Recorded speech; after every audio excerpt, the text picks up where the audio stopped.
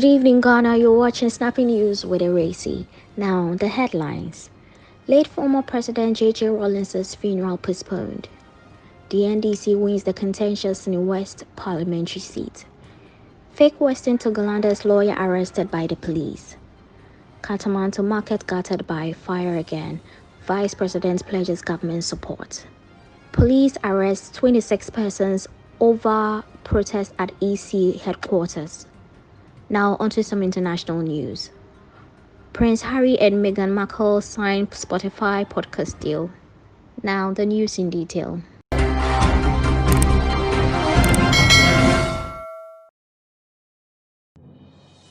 The funeral rites of the late former President Jerry John Rawlings has been postponed. The funeral rites were scheduled for Wednesday, December 23, 2020, but a statement from the office of the former president said, "The office of the former President Jerry John Rawlings informs the general public that his funeral will no longer take place on Wednesday, December 23, 2020. The press statement issued and signed by Governor Ando Amuakwa of the Communications Directorate of the former president said, "A new date will be communicated to the public in due course.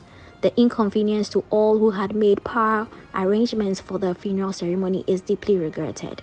Former President Jerry John Rawlings died at the age of 73 at the Kolibu Teaching Hospital in Accra on November 12, 2020.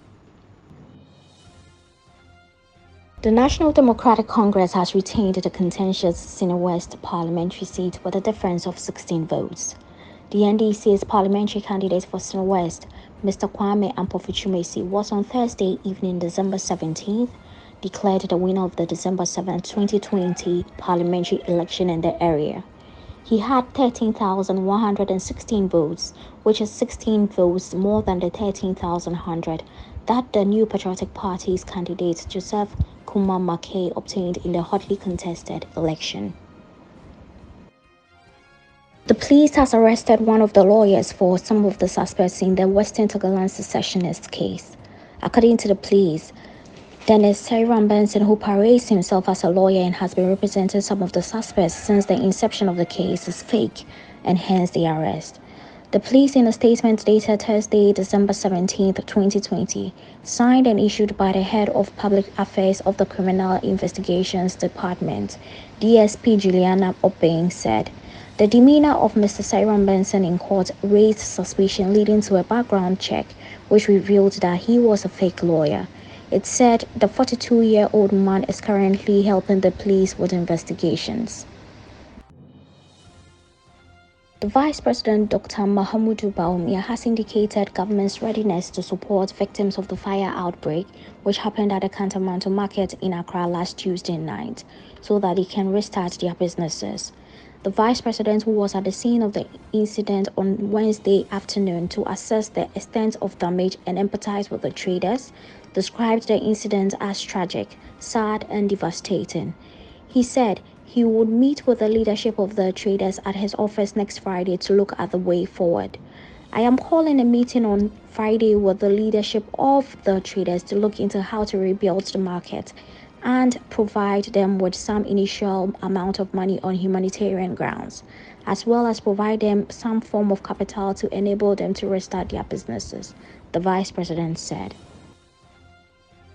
The Ghana Police Service says it has arrested 26 persons for allegedly demonstrating unlawfully at the headquarters of the Electoral Commission in Accra.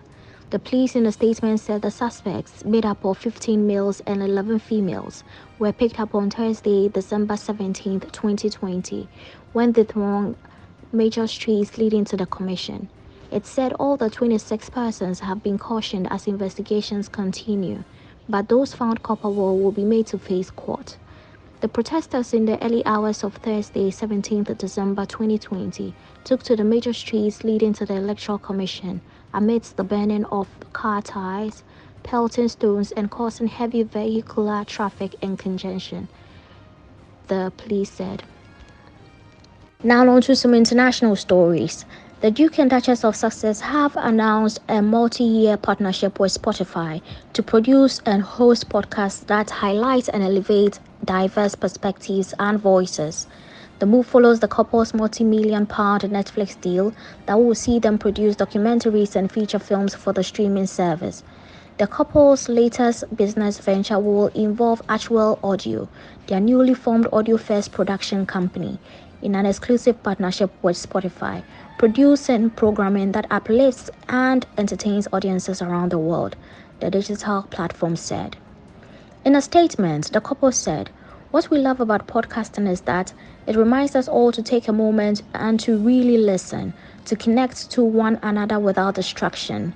With the challenges of 2020, there has never been a more important time to do so, because when we hear each other and hear each other's stories, we are reminded of how interconnected we all are." The successors will host and produce podcasts that build community through shared experiences, narratives, and values, Spotify said.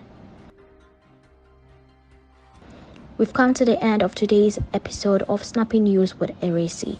Thanks for watching, and kindly subscribe to my YouTube channel for more news updates and other interesting stories. My name is Ewura Esi. Enjoy your evening.